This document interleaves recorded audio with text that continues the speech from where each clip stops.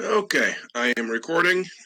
There's nobody here, but that's okay, as long as you watch these videos later.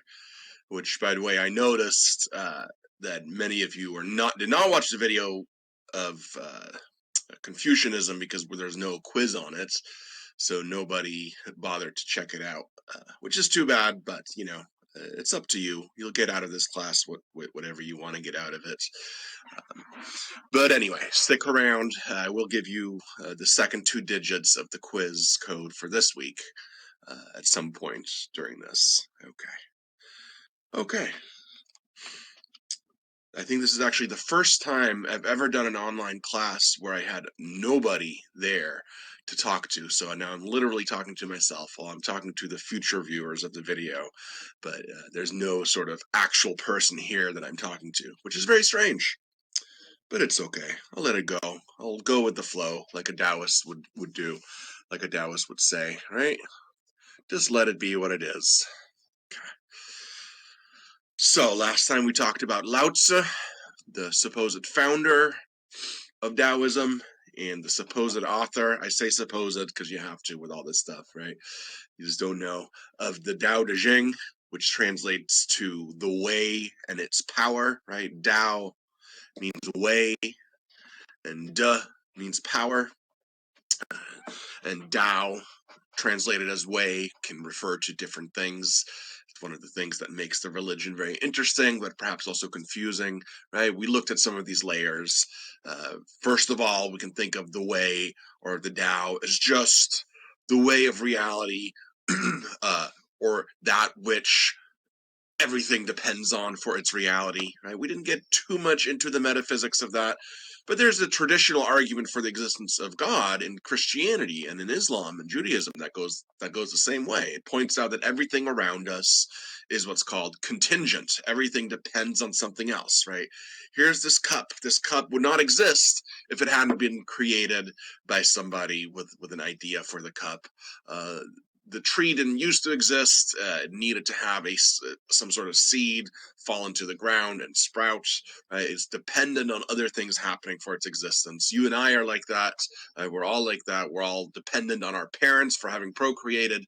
Everything around us is dependent on something else. Well, that can't go on forever. There must be some sort of ultimate ground for everything, some sort of thing that is necessary, not contingent, some sort of necessary being, something that must exist, that is itself not dependent on anything else. Right? So in Christian and Islamic traditions, that would be God, and that being has a mind and an intelligence. Here in Taoism, that necessary being is the Tao. And in Taoism, it's important to see that we can't quite wrap our minds around the Tao, this necessary being from which everything comes, upon which everything is dependent, is something that's beyond our concepts. Because everything that we understand within our world, we conceptualize, we categorize. That which is responsible for everything that we observe in the world is something beyond our concepts. So the Tao that can be told is not the eternal Tao. The name that can be named is not the eternal name. So that's the very grand metaphysical way of understanding Tao, the way. But then there's the way that everything appears to us in everyday life, the way of nature, right? As soon as we look at nature, we are conceptualizing it, we're categorizing it, we bring a lot to the table, but yet we can see that nature has its own sort of spontaneous nature, its own way of being. Trees just sort of effortlessly grow because that's in their nature. The water flows down the river just as it does without any effort. Right? Nature has its own way as well. And then there's the way of human life.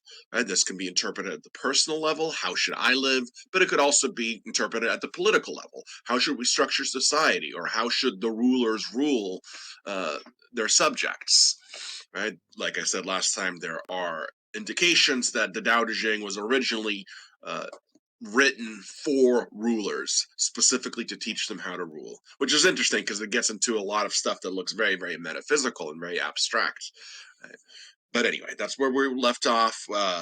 We talked about the Tao, and then we actually, here, let me get to the right place. So the Tao, three ways of understanding it.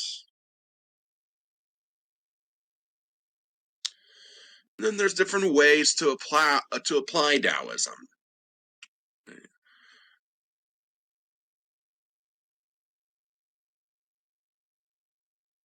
And what they all have in common is you're trying to tap into this power, this force, this energy that is associated with the Tao. Right? And there's different ways of doing this.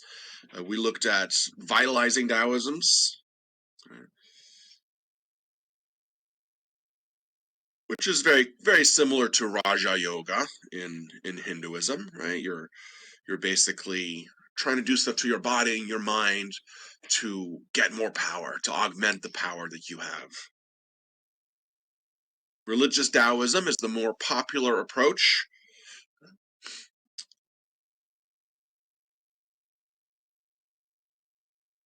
and it sort of combines religious practices and magic practices that already existed.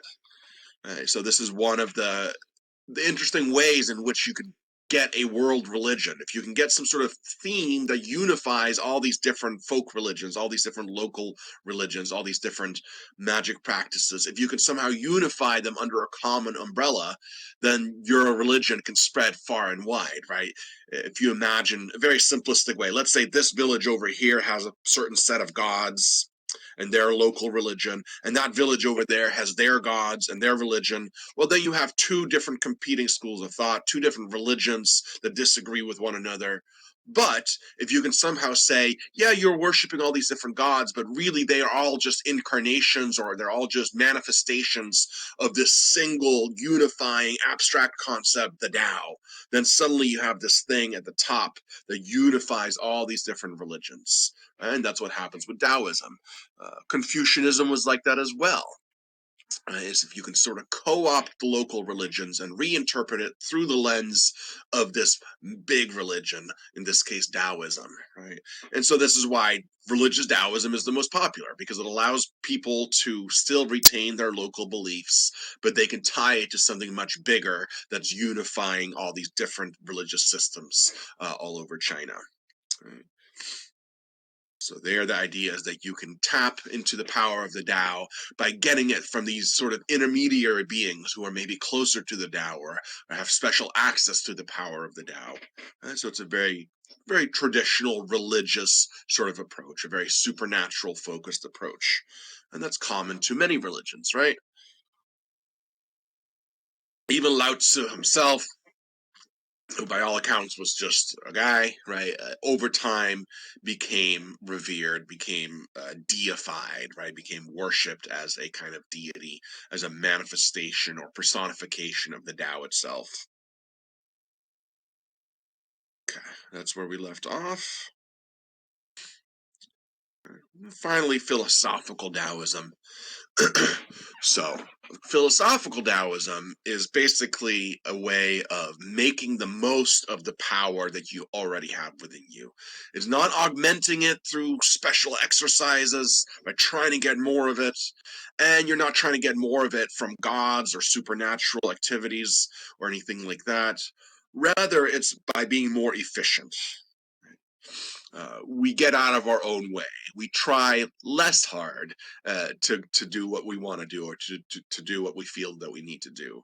We make less effort in a way, and it's easier that way.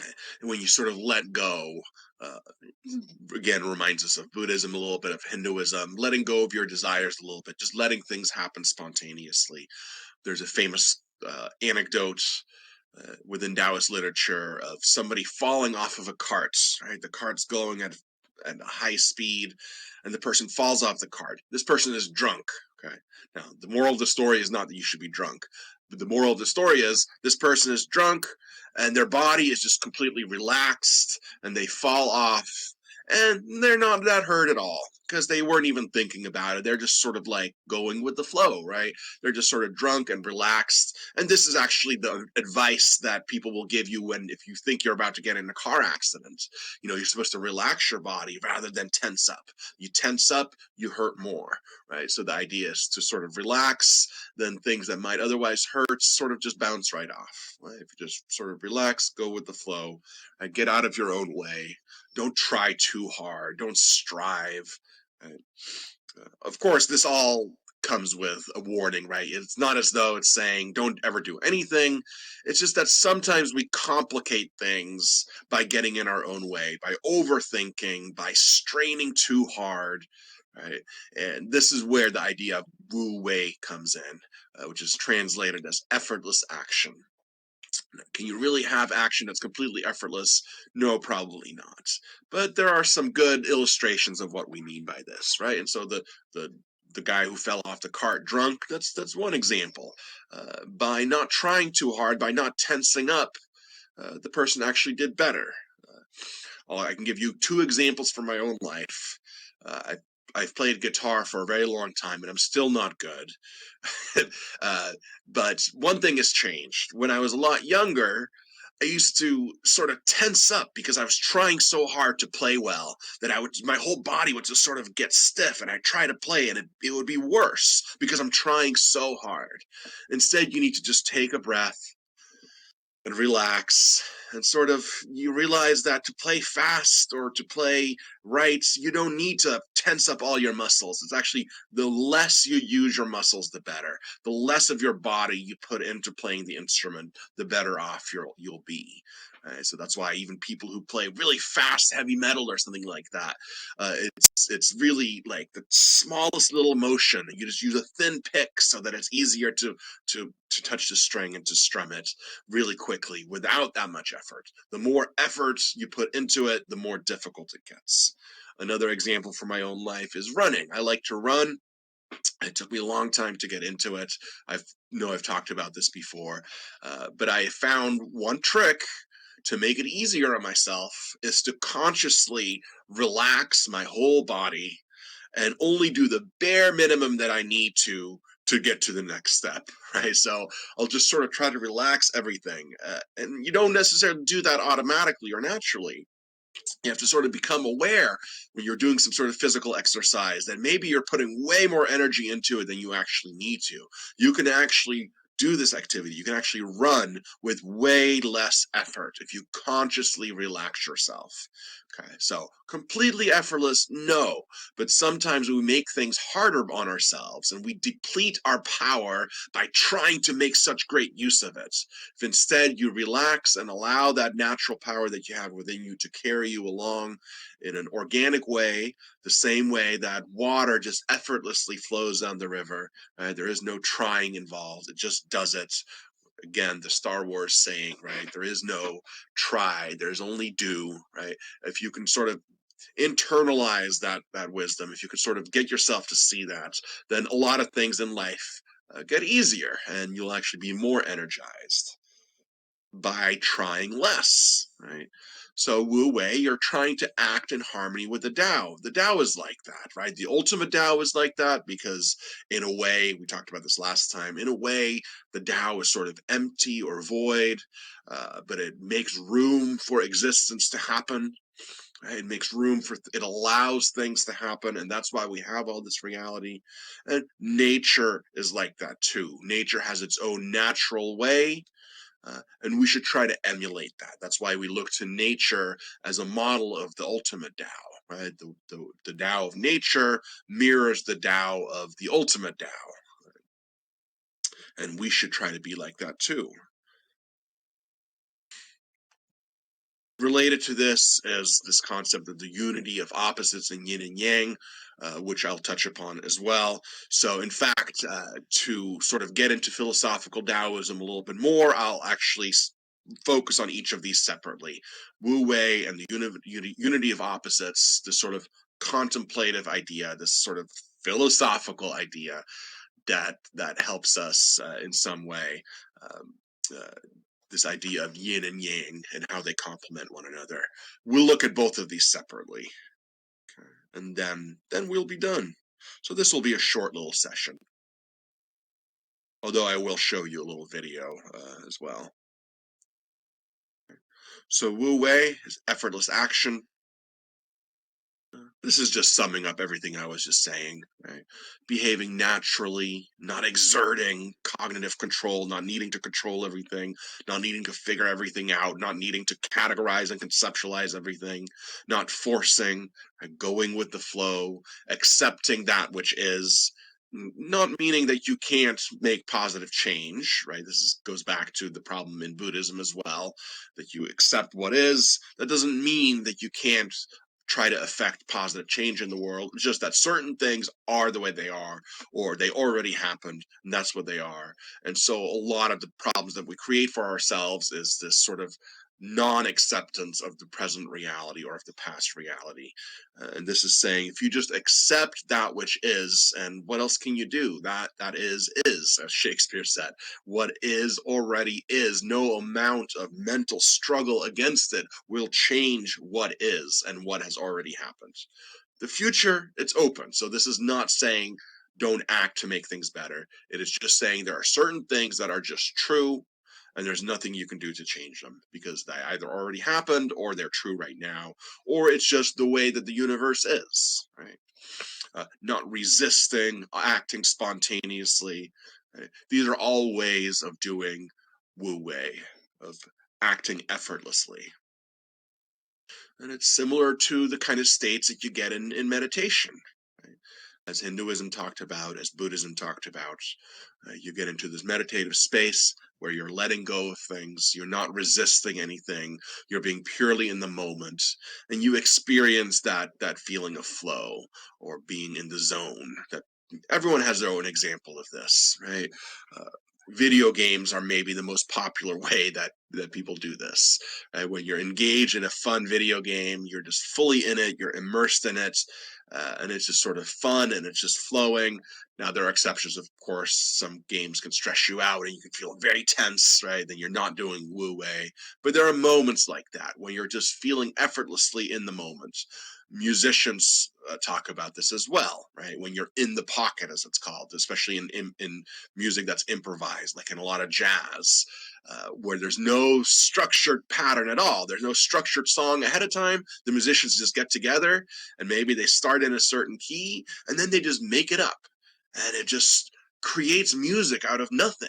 All these different people are involved, and what are they doing? Well, they're all sort of, when it's happening right, when you really have a band that's really cooking, then they're all tapping into this flow.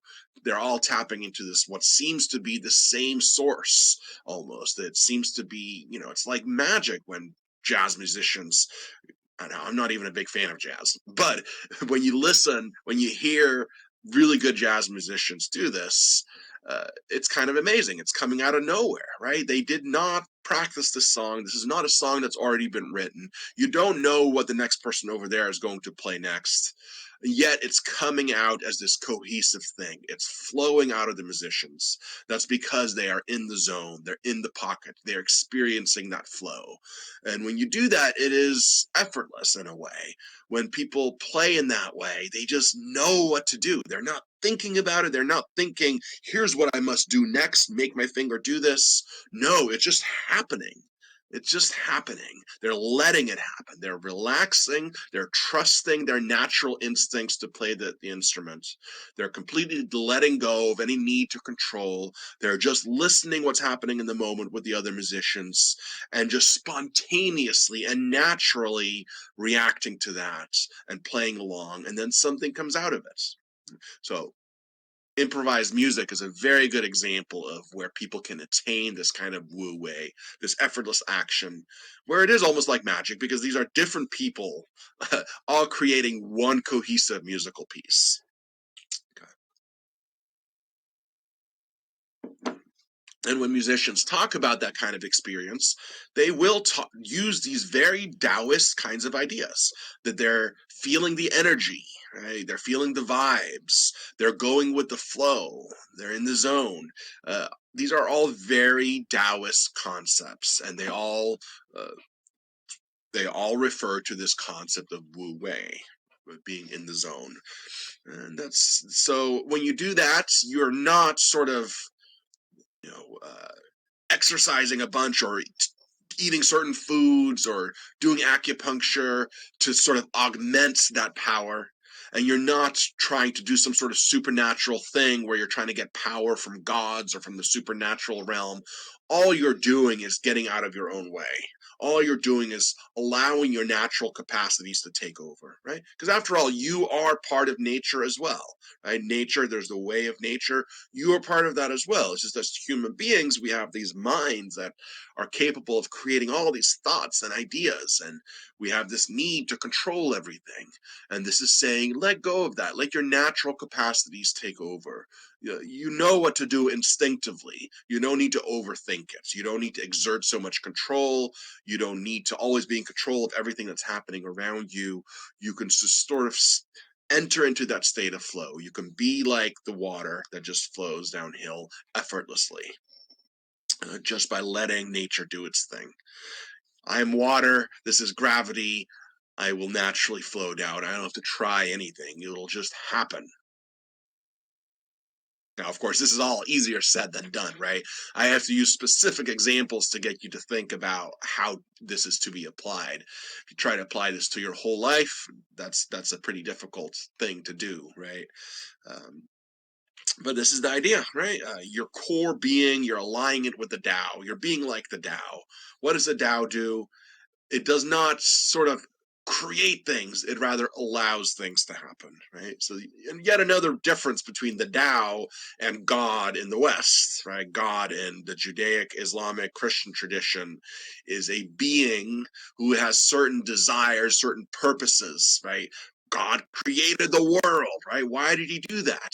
Well, he had something in mind. God wanted to do it, right? He had a desire and acted on the desire, and then exerted his power, his control to create something, made it happen. The Tao is not like that. The Tao lets things happen. The Tao lets things flow. It allows for things to happen, and the creative act comes out of that. Similar to the way in which a musician who's improvising is not trying to exert control, is not writing a song. They're just feeling the flow of the music and allowing it to go through their body. And they already have the expertise of musicianship, so they can just trust that the body will know what to do, that the fingers will know where to go if you're playing guitar, right? Most instruments involve your fingers, so that's fine. You trust in your natural capacities. You allow things to happen. You don't force them. That's Wu Wei. And so many of the problems that we cause in our own lives, these kinds of problems that cause us to feel disconnected from our reality, in Taoist terms, they make us feel disconnected from the power of the Tao, the power of the way. Uh, those are often caused by us intervening too much. We're doing stuff, we're fixing, we're resisting, trying to change things, trying to tinker with our reality constantly, rather than simply letting things be. Of course, there's always going to be exceptions, right?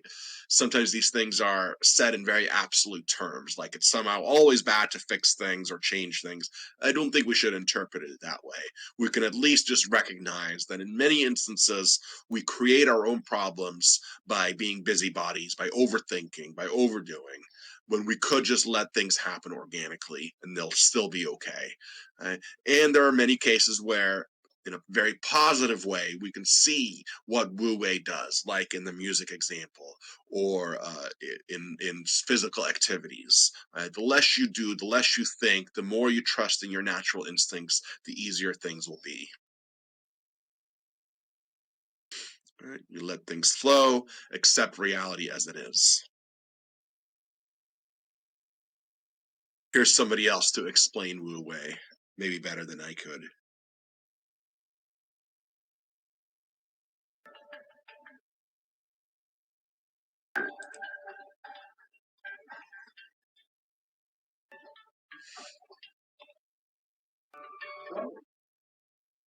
In order to understand what effortless action is, you have to understand what effort is.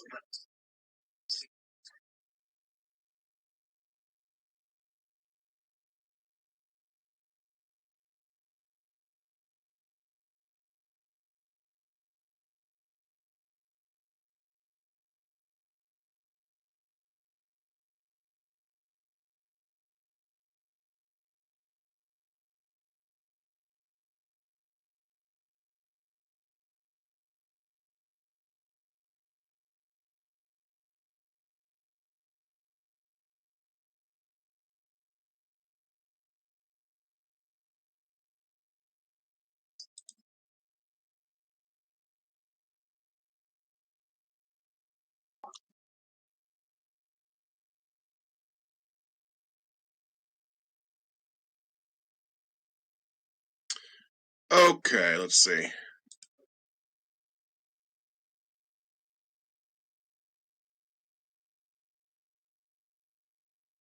Okay, Martha, you said you couldn't hear it. Huh, that's weird. I've never had that problem before. Let's see. Maybe because I turned my First, camera off? then I couldn't. Okay, maybe it's because I turned the camera off. Maybe for some reason the microphone is linked to the camera. Here, let me try it again, and I'll just leave the camera on. Let me know if you can hear it or not once it starts.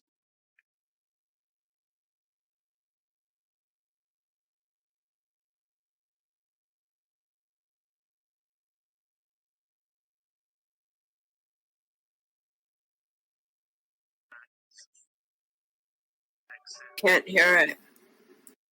Can't hear it, huh?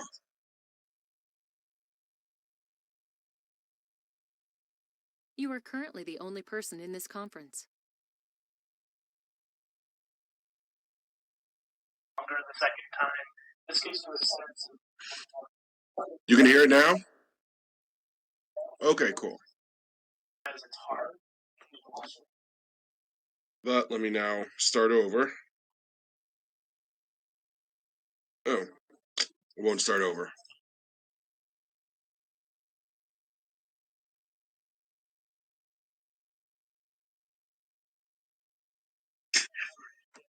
And let me just start over.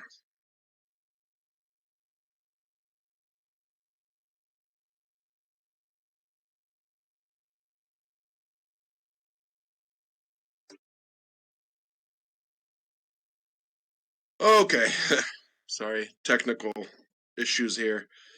I'll get it fixed in just a sec.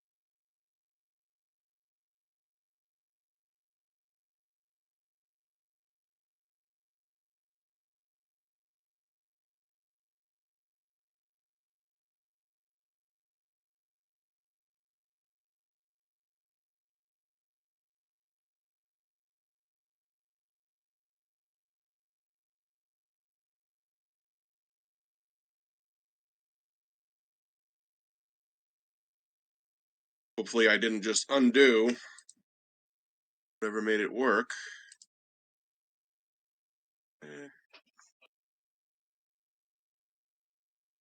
Very complicated.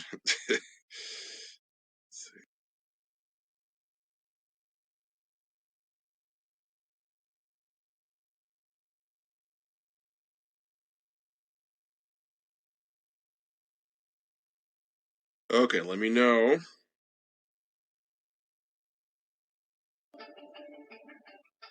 Can you hear it? Okay, good.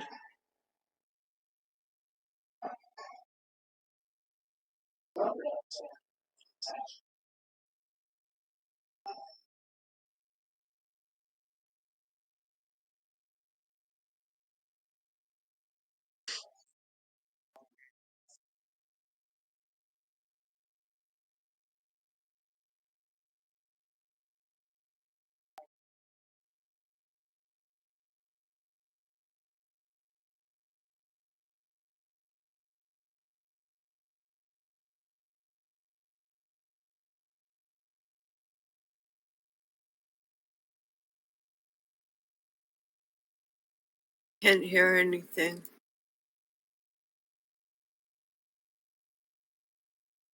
The sound is out again? Weird. Do you have it muted, maybe? Because nothing has My, changed. my speakers are on Alicia, 100. Alicia, can you hear it?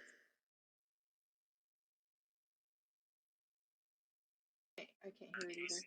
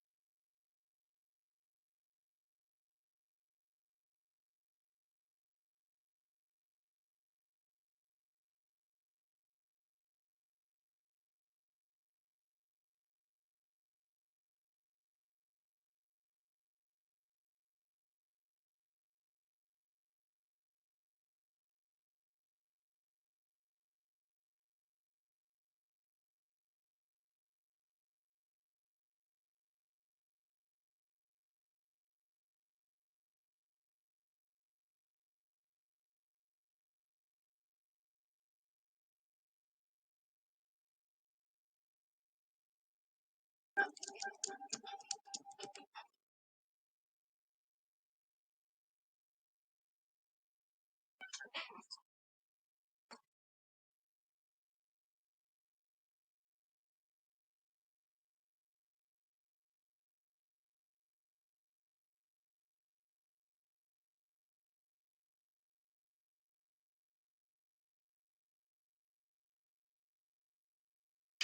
trying to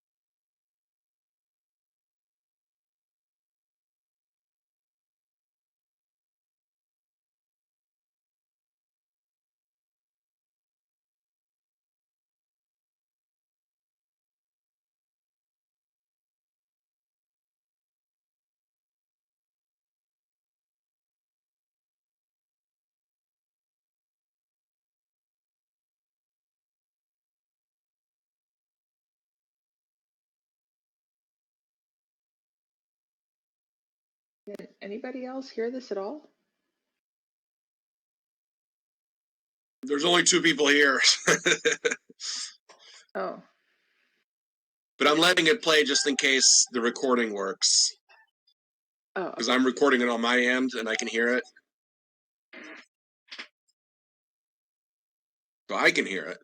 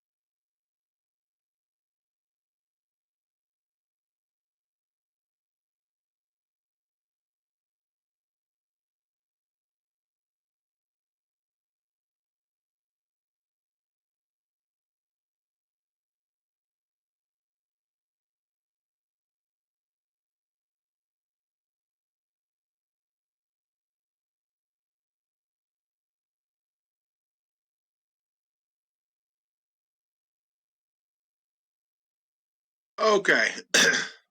So yeah, sorry about that. I don't know why the audio is not working for people. Hopefully it shows up on the recording, since I could hear it just fine and only 2 people joined us. So the majority of people will only watch the video, which is why I let it play, just in case the recording does capture the sound. It might not, I don't know.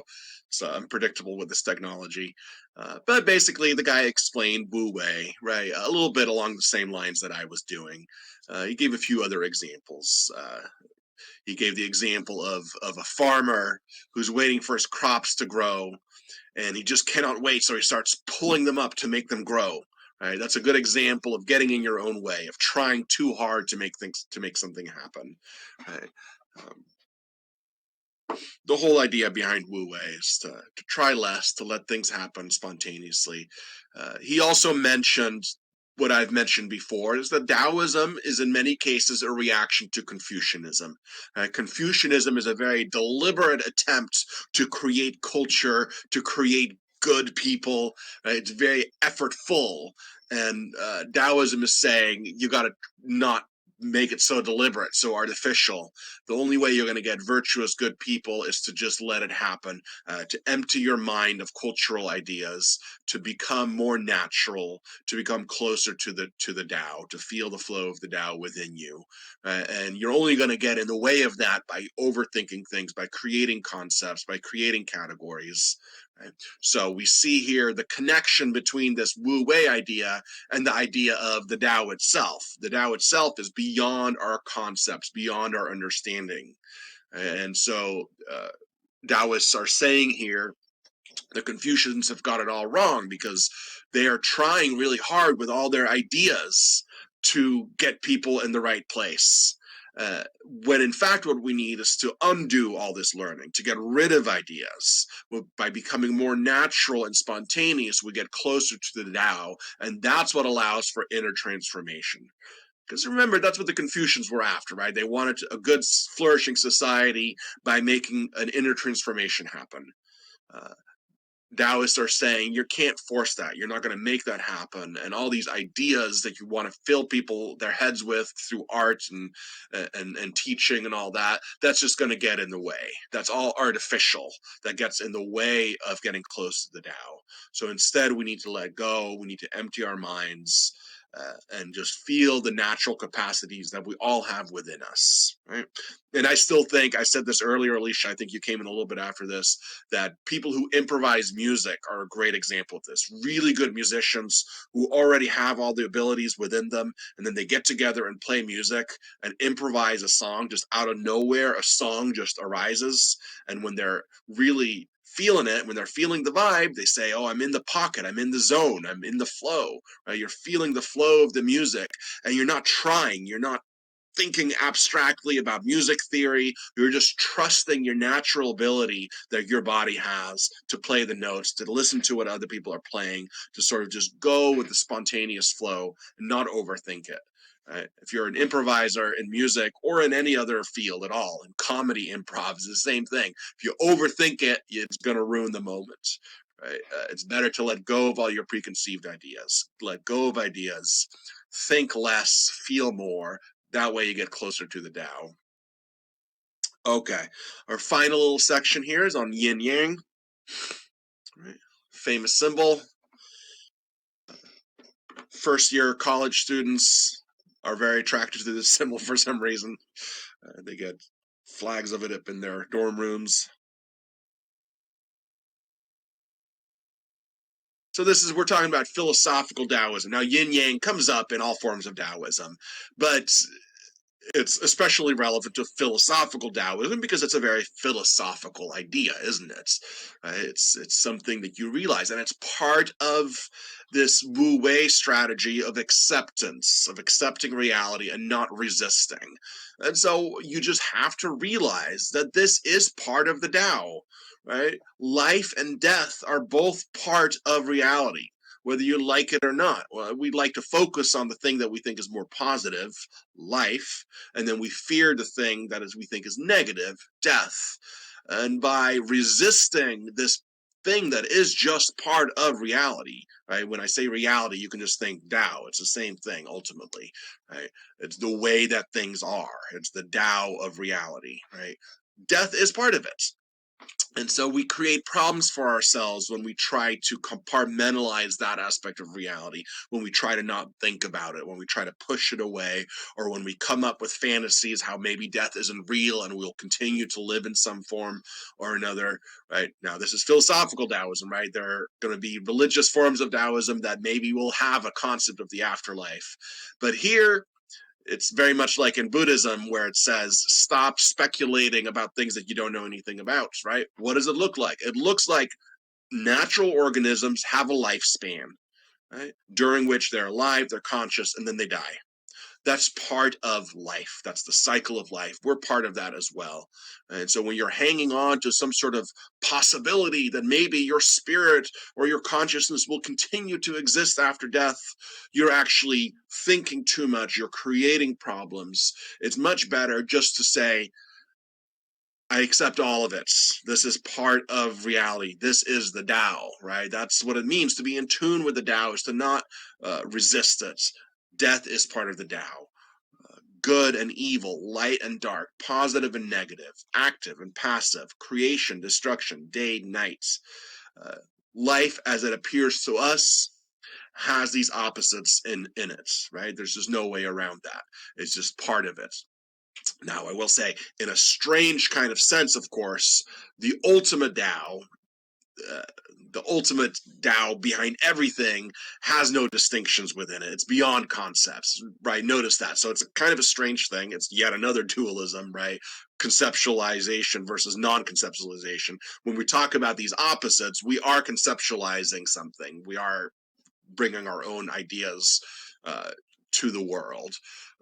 The Tao itself is beyond concepts, right? So it's a little bit complicated, but we have to make these distinctions, right, that we made earlier. There's the ultimate Tao that everything is dependent on, sort of like God, but not a being with a mind. It's something beyond concepts. And then there's the way of reality as it appears to us. And then there's the way of reality in our own lives, the way that we live our lives. So here we're talking about the reality of the Tao as it appears to us. In our sort of little bubble, there is life and death, good and evil, light and dark. Okay. Beyond our bubble, the Tao in itself, of itself, this necessary being, is beyond any of these concepts. So it's a little bit tricky to try to make sense of this. But it is true that in our everyday life, that's how we experience it. Right? We experience all these opposites, and to accept the Tao is to accept that these are part of our lived reality. Okay? These seem to be in tension, they seem to be contradictory, but they are all part of this overall reality. They are all part of the Tao. So there's some sense in which they balance each other out. And that's why you have that symbol, this very nice sort of symmetrical symbol. Shows the light in the dark and the dark in the lights. Right? These are complementaries in a way rather than opposites. You need both. They complement one another. They create our reality. They're the warp and weft of reality, to use an old-timey expression. Right? Warp and weft refers to when you make a fabric, when you make any kind of like blanket by I don't know the right terms. You get the strings going along this way, and you get them going along this way, and you weave them together, right? So you have them going in opposite directions, but together they form this fabric, right? So these opposites of yin and yang form the fabric of our reality. That's what gives our reality this stable kind of existence that we live in. There's darkness in the light, and there's light in the dark. Here the idea is that as human beings, we're constantly trying to understand everything. We're trying to predict everything. We're trying to control everything. And we make these judgments about what's good and what's bad. Now, in some cases, I think there's room for some absolute judgments, right? But in many cases, we think, oh, this thing that's happening in my life is so bad. But in fact, there's actually some sort of positive thing within that happening as well, or at least there's the potential for some positive within that. Or we think, oh, this thing happened to me that's so good, but actually that thing turns out to not be so great. We make these judgments in ignorance. A good example might be people who are miserable and they happen to win the lottery. And they go, yay, I got all this money. My life is going to be so much better now. And it turns out, then they've done studies on this kind of thing. This happens over and over. These people who are already miserable, who get a bunch of money, in many cases, their lives get worse, not better, because of all this money. Right? So we make judgments about what's good and what's bad, but very often we're wrong about that. Or very often something isn't totally good or totally bad. It's a mixture of things. That's why in the yin yang sign, you have the black side and the white side, but within the black side, you have a little white dot. And within the white side, you have a little black dot. Just to remind you that many things in life are not as absolute as we think they are. At the very least, our judgment of them is not absolutely perfect. So there's some element of relativity, some ignorance in our judgments. And it's better perhaps to not make judgments at all, to not overthink things, to just let things be. So living in accordance with the Tao, that's what we're after here, right? That means accepting reality as it is, or at least in the way that it is in our lived experience, right? Even when it conflicts with our expectations or our presuppositions. So we might expect life to be a certain way, and then we complain and we say, life isn't fair. Oh, woe is me, right? Things should have been like this. Things should be like this. Things should be like this. And we're making all these judgments. And these judgments don't actually help us. It's better to let go of our expectations. It's better just to accept what is in reality. Now, I'm saying this in an absolute way, but like I just said, Taoism says we can't make these absolute judgments, right? So I'm going to say, as always, there are going to be exceptions, right? You don't want to just let everything just happen. If you see an adult abusing a child, you don't say, oh, I'm going to be a Taoist. I'm just going to go with the flow and let that happen. No, you want to intervene and do something. So take this with a grain of salt, right? It's just rather going back to this more modest idea that in many cases, many cases, we create our own problems by overthinking things, by being too confident in our judgments about what's good and what's not good. Right? And it's in many cases, let's put it that way, in many cases, it's better just to take a breath, relax, let things happen, do what's in your control, do what comes naturally. If you think this is what you ought to do, go ahead and do it, but don't uh, don't be so forceful about it, right? Have good wu wei. Just let things happen spontaneously. Sort of vibe out where the Tao is taking you, right? Be like a jazz musician in your everyday life. You're improvising, you're not trying too hard. You need to trust your natural instincts, not overthink things, right? So that jazz musician model here is good. This is saying apply that to your whole entire life and things will get easier. So our reality as we experience it, once we've conceptualized things, it contains life and death. Both should be accepted equally. They're both just real. We might not like it, but it's better than resisting it. So this is the confusing part, right? That the Tao, as it appears to us as manifestation of the Tao, contains these opposites, and we should just accept that that's how we experience reality. Tao in itself, the ultimate Tao, that from which everything comes, that necessary being that in Christianity and in Islam is identified with God, a personal being. Here, this necessary being is something beyond concepts, and that is something that is not divided up into different compartments the way that yin and yang are. So in a way, the Tao is beyond yin and yang. It's the source of yin and yang, but it's beyond it because it's beyond conceptualization. Right? So you can still hang on to some sort of idea of something that's beyond life and death altogether, but you can't really conceptualize it. The best you can do is to get closer to the Tao by being a natural kind of a person, by not overthinking things, by going with the flow. And I believe that's it for Taoism, or at least everything we have here. I've said this before. For every one of these religions, there's so much more to unpack. There's so much more to learn. I myself have so much more to learn about all of these religions, right? So there's way more to Taoism than this, but these are some of the main concepts. And like I've said, in this class, I'm sort of teaching out of the book that we have. We have that World Religions book by Houston Smith, and you really ought to be reading that because all my presentations here are actually directly based on that. That's my primary source for all the information. I have some outside studies that I do as well, but I'm trying to focus it on that book so that we have one cohesive story that we're telling. So all of this is in the book as well, but the book has a little bit more in addition to that. Okay, I suppose that's it. Next week is spring break, so we will not have any meetings. When we come back, we are going to do Islam. And again, we're following the book here.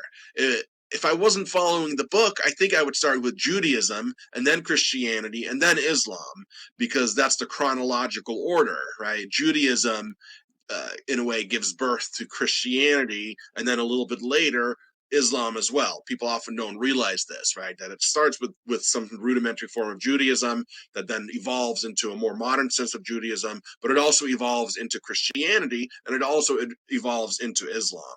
So if we were to do this chronologically, I would start with Judaism, but I'm following the book, so we will start with Islam. So next time after spring break, we'll do Islam. So try to read the chapter on Islam in the Houston Smith book, and then I will see you in a couple of weeks. So enjoy your break. So you must have given the test code in the first half an hour that I missed, huh? Oh, you know what? Good. I set an alarm for myself, and it never went off. So I'm glad you reminded me. It is 2-5. Okay. It's the second Thank you. set. I gave the first one last time. I just recorded it. I just recorded. Did a live recording of the last one, and I have to upload it to YouTube, and I'll put it up today, and I'll do the same with this one. So we have the 2 Taoism lectures. I gave you the first 2 digits last time, and the second set right now. The second set is 2-5. Okay. Thanks, Alicia. Okay, thanks, Tim. I don't know what happened Nice to my see you alarm. alive and well. Yeah, thank you. You too. Bye. Bye.